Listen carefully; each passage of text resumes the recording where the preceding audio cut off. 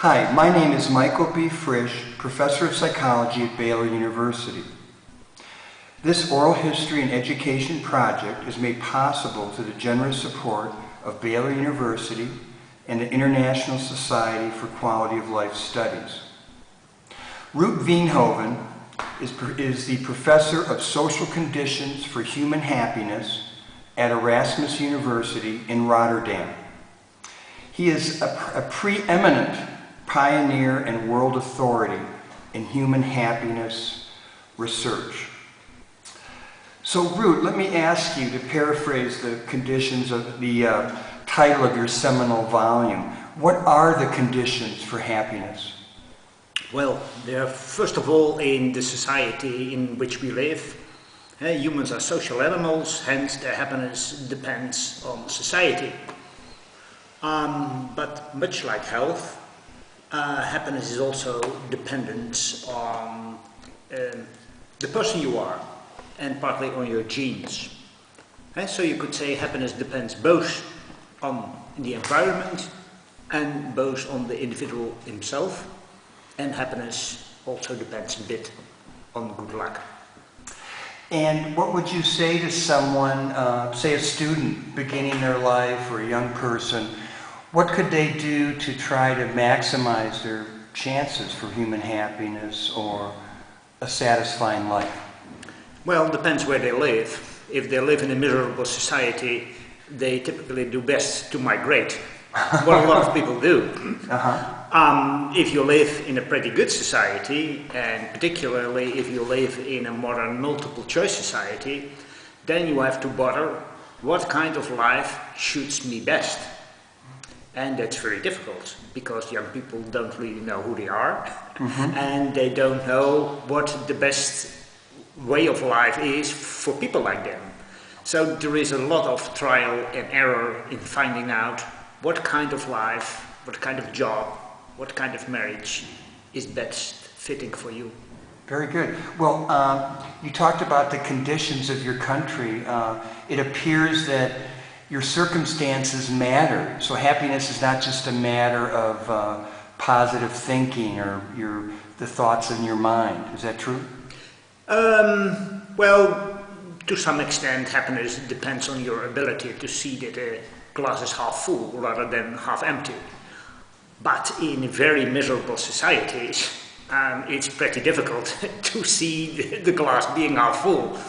And for instance, in a country like Zimbabwe at the moment, we're speaking now in 2009, well, the country is in disarray, and there's oppression, and there's hunger, and well, as a result, most people are very unhappy. Average happiness on a scale from 0 to 10 being 3. Average 3. Wow. A lot of people in that country, when asked how they would rate their life, say 0 or 1. How terrible. On a 0 to 10 scale? Yep. That's amazing. Can you tell me, are there some other countries that seem to have a real abyss of human happiness? Yes, well, the happiest country at the moment is Denmark. Well, Denmark is a pretty affluent society. Denmark is a democratic society, and above all, Denmark is a very well-governed society. And as a result, most people there are happy, and they rate their happiness on an average 8.5. What are the other top countries? Other Scandinavian countries which are close to Denmark, Switzerland, but also a few Latin American countries. And that's interesting because Latin American countries are not as well governed as Denmark is, and they are also not as rich as Denmark is.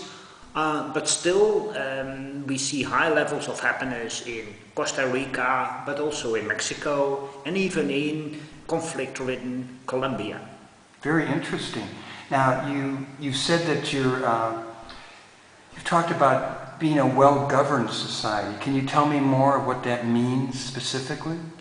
Well, a well-governed society means not only that the society is fairly democratic, but that bureaucrats are efficient that they are open to the citizens' needs and that they are pretty well organized. And so you say there is a point in the technical quality of bureaucracy. And why does that matter for the happiness of citizens?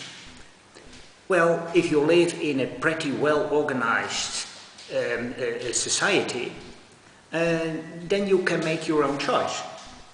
Then you can really seek what kind of job is most fitting for you. If you live in a chaotic society, you must play safe. And by playing safe, you often sacrifice a bit of happiness. Okay. In terms of your attitude, though, it's good to try to remain optimistic and to be positive in your outlook. I guess so, yeah. And over and above of these environmental conditions, it's good to have an optimistic view and to try to make something of life. If you're negative, you say, well, it doesn't really work out, you typically don't do anything and then nothing will happen. Very good. Now, how could a young person or older student pursue studies in human happiness research if they were interested? Yeah, well, there's no specialization on happiness studies yet. So what these people should do is either study sociology or psychology and just learn about how scientific research works, and then specialize in the field. And well, and it's the different ways how you could specialize. You could specialize in psychology, can I help individual people to get a bit happier? Or you can specialize in sociology, well, what kind of society produces the greatest happiness for the greatest number? Well, thank you so much for being with us today. We're honored to have you.